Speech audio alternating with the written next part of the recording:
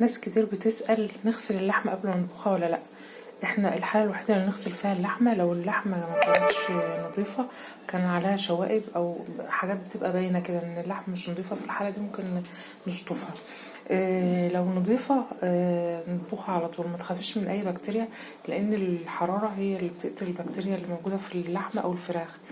اللون الاحمر اللي بيبقى نازل من اللحمة ده مش دم، لان الذبيحة بتفقد كل الدم بتاعها في عملية الذبح.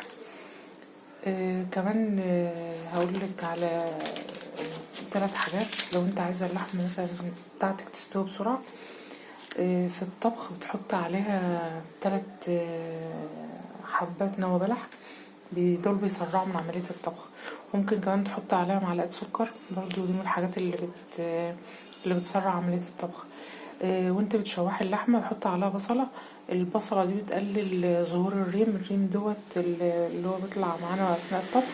الريم ده عبارة عن بروتينات طالعة من اللحمة، ما بتطلعش في حالة ان انت بتشوحي اللحمة كويس.